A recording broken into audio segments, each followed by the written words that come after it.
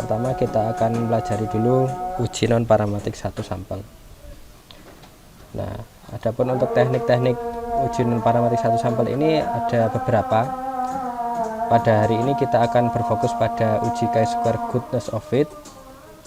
Nah, sebelumnya kita sudah pernah belajar juga untuk teknik chi-square ini untuk uji normalitas ya, secara manual. Nah, selain chi-square ini, untuk uji non paramatik satu sampel ini tekniknya ada uji binomial, kemudian ada uji run atau runtun,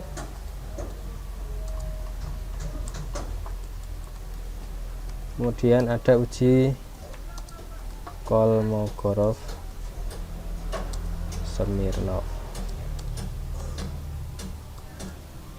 Nah, uji Kolmogorov kemarin juga sama ya, untuk melihat kenormalan dari sampel yang diteliti, kenormalan data. Nah, untuk uji binomial dan uji run nanti kita akan pelajari pada pertemuan berikutnya, insya Allah.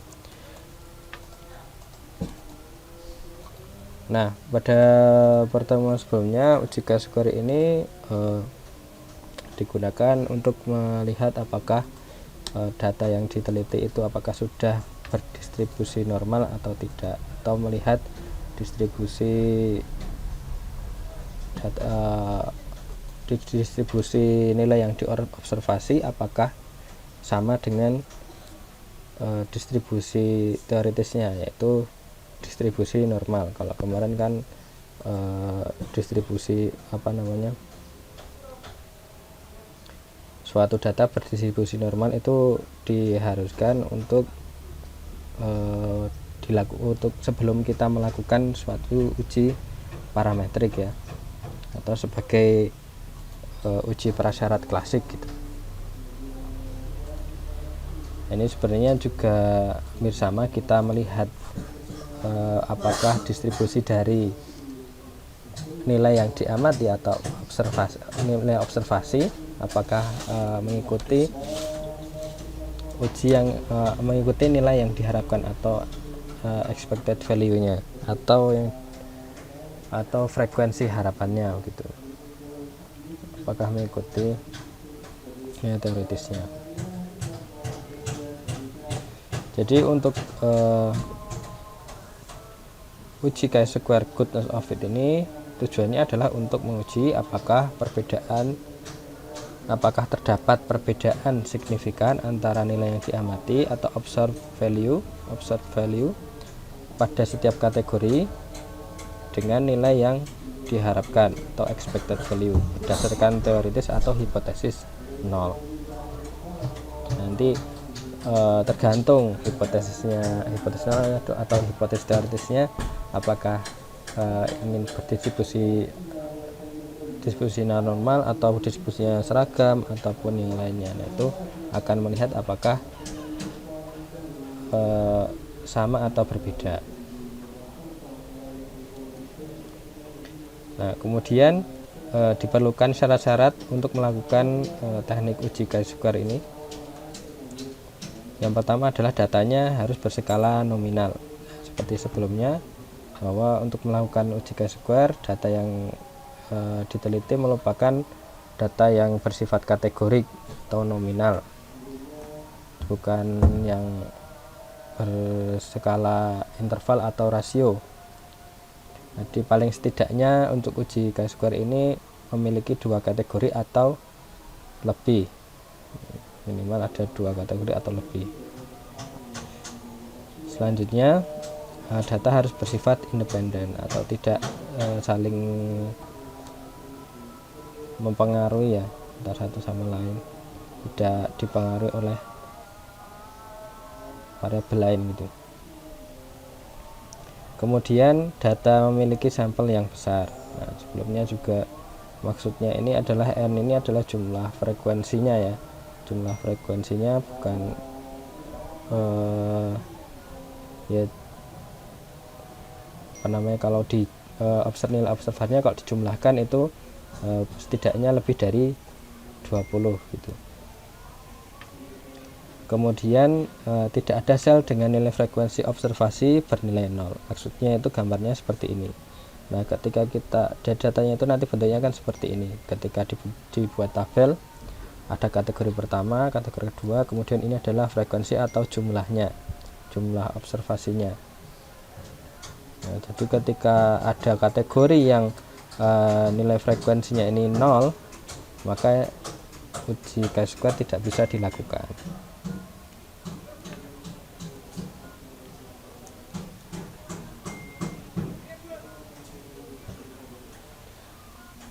Nah, kemudian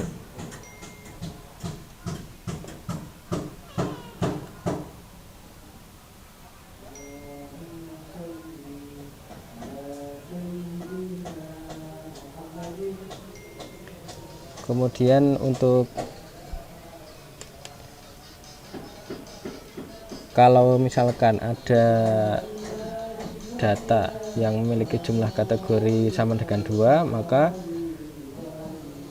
tidak boleh ada nilai harapan atau frekuensi harapan yang nilainya kurang dari 5. Jika ada, maka menggunakan uji binomial yang insya Allah akan kita pelajari pada pertemuan berikutnya. Jadi nanti selain frekuensi ini, nanti kita juga perlu menghitung frekuensi harapannya, atau nanti berdasarkan kalau misalkan frekuensinya seragam, atau maksudnya kalau distribusinya seragam, berarti nanti frekuensi harapannya nanti sama semua. Kalau misalkan tidak seragam, berarti nanti kita perlu menghitung dulu nilai frekuensi harapannya berdasarkan hipotesis 0. Nah, misalkan ada yang kurang dari 5, ketika jumlah kategori yang cuma 2, maka menggunakan uji binomial. Selanjutnya, ketika kategorinya lebih dari 2, maka sel yang frekuensi harapannya bernilai kurang dari 5, ini tadi kalau cuma 2 kan tadi tidak boleh ada yang kurang dari 5. Kalau lebih dari 2 kategori, maka ada kategori ketiga, nanti terus ada yang nilai frekuensi harapannya kurang dari 5, maka yang kurang dari 5 tersebut itu tidak boleh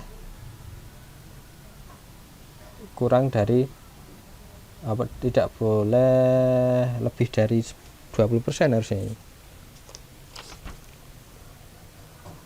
Pokoknya kurang dari 20%. Nah, ketika ada maka kategori-kategori yang berdekatan perlu digabungkan.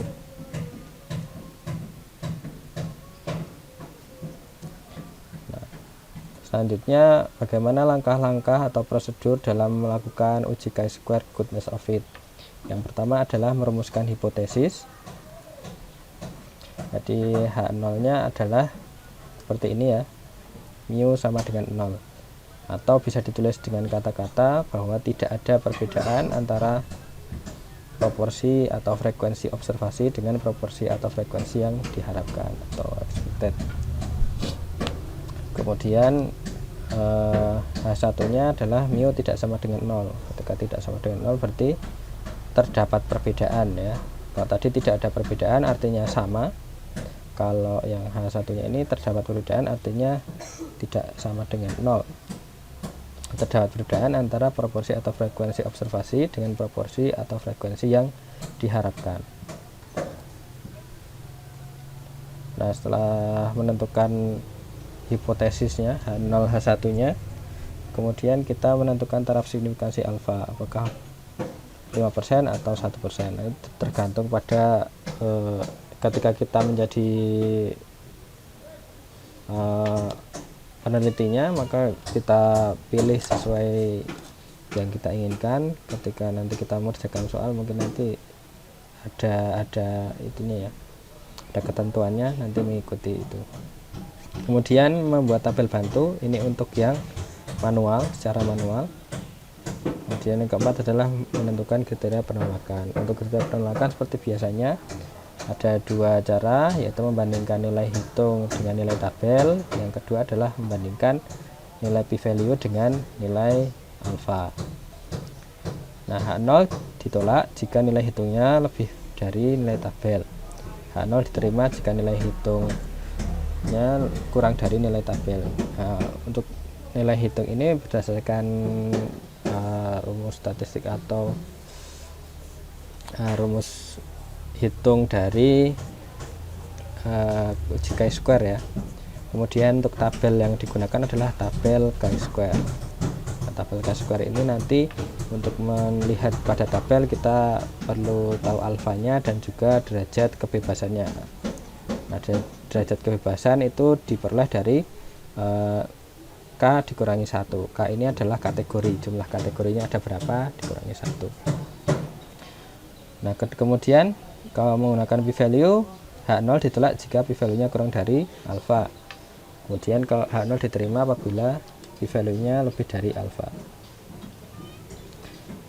Nah, kemudian untuk menghitung nilai uji statistik ini menggunakan rumus ini, bahwa chi-square hitung itu diperoleh dari jumlahan frekuensi observasi dikurangi frekuensi harapan dikuadratkan, kemudian dibagi frekuensi harapannya. Nah, ini dari I-nya 1 sampai K ya. K ini adalah jumlah kategorinya. Nah, untuk kasus populasi dengan H0-nya ini distribusinya seragam. Nah, ketika distribusinya seragam, maka frekuensi harapannya diperoleh dari N per K. N ini adalah jumlah total frekuensi, jumlah frekuensi observasi dibagi dengan banyak kategorinya. Kemudian yang terakhir adalah kesimpulan. Nah, ketika kita sudah mendapatkan nilai hitung, kemudian memperhatikan juga nilai kemudian perhatikan ini kriteria penolakan, maka kita bisa menentukan keputusannya apakah H0 ditolak atau H0 diterima, kemudian menyimpulkan. Kemudian kalau dengan SPSS di sini sudah saya siapkan, jadi ada dua cara nanti langsung kita ikuti saja. Yang jelas sebelum kita melakukan analisa pada uji chi-square dengan SPSS, nanti kita perlu melakukan weight case dulu.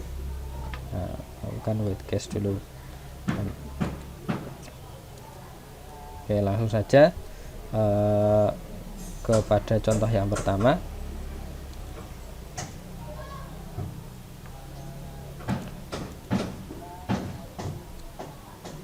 Di sini ada PT Lolilo yang menjual es krim dengan 4 warna. Perusahaan ini ingin mengetahui apakah konsumen menyukai keempat warna es krim. Untuk itu, dalam 1 minggu diamati pembelian es krim di suatu toko. Dan berikut adalah data yang diperoleh. Seperti ini. Jadi ada 4 kategori atau 4 warna ini ya. Ini adalah kategorinya ya. Merah, hijau, kuning, putih. Ini adalah kategorinya. Ada 4. Kemudian jumlah ini adalah frekuensinya atau nilai observasinya. Jadi ingin melihat apakah ini pertanyaannya adalah perusahaan ini mengetahui apakah es krim ini disukai oleh konsumen secara merata. Artinya merah, hijau, kuning, putih ini warna es krim ini disukai secara merata. Berarti distribusinya adalah seragam atau sama.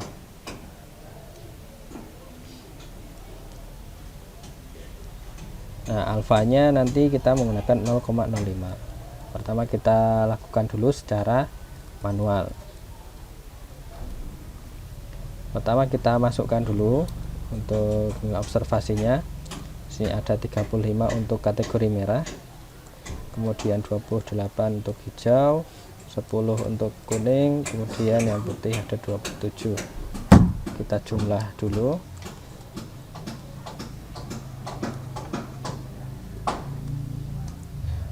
100 totalnya.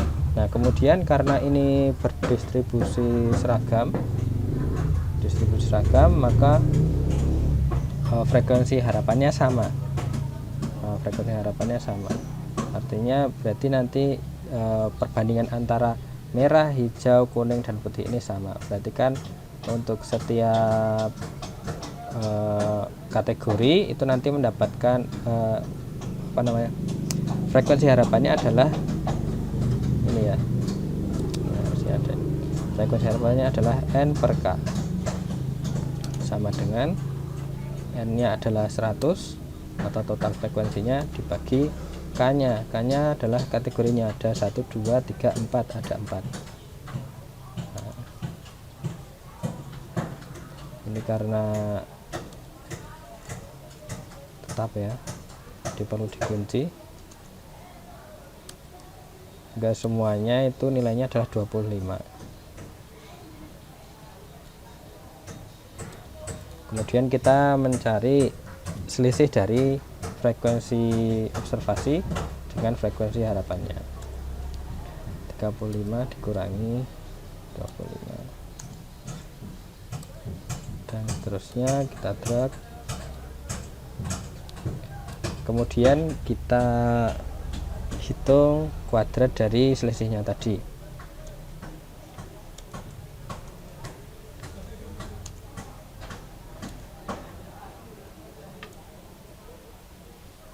Nah seperti ini. Nah kemudian kita menghitung berdasarkan chi-square hitung ya, bahwa chi-square hitung itu diperoleh dari jumlahan selisih kuadrat tadi dibagi dengan frekuensi harapannya. Berarti sama dengan ini tadi, selisih kuadrat dibagi EI atau frekuensi harapannya. 4 untuk yang merah, kemudian yang lainnya kita drag. Nah selanjutnya kita jumlahkan, karena ini kan jumlahan ya, jumlahan dari ini tadi, hasil bagi tadi kita jumlahkan di sum.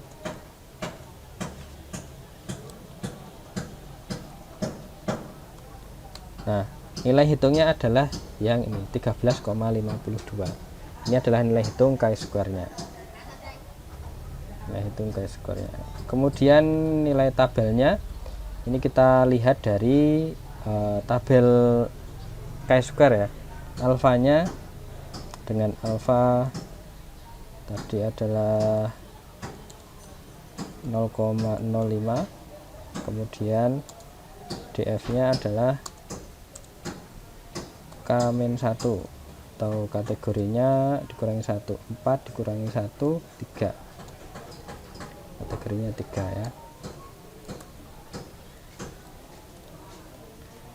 Kita lihat pada tabel chi-square. Nah, alfanya 0,05, kemudian derajat kebebasannya adalah 3, maka diperoleh ya 7,814. Kita copy ke Excel.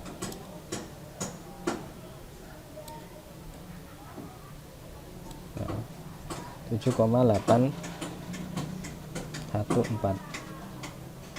Ini kita bandingkan ya.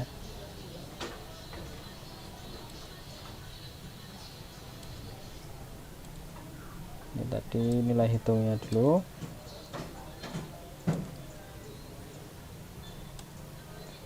Kemudian nilai tabelnya. Dari sini kita bisa melihat bahwa nilai hitung lebih besar daripada nilai tabel. Nah, kondisinya ketika berdasarkan kriteria penolakan tadi, ketika nilai hitungnya lebih dari nilai tabel, maka keputusannya adalah H0 ditolak atau H1 diterima. Ketika H0 ditolak dan H1 diterima, maka keputusannya apa? Kesimpulannya adalah terdapat perbedaan secara signifikan antara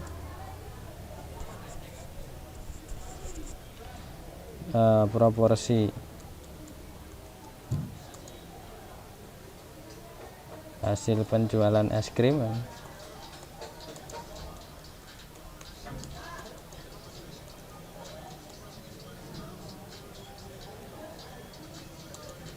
dengan proporsi penjualan yang diharapkan. Nah, seperti ini. Jadi kan tadi harapannya penjualan dari tiap warna-warna tadi itu kan sama atau merata ya. Namun ini tidak, jadi terdapat perbedaan. Berdasarkan hasil chi-square test diperoleh bahwa terdapat perbedaan yang signifikan antara proporsi hasil penjualan es krim dengan proporsi penjualan yang diharapkan. Seperti itu.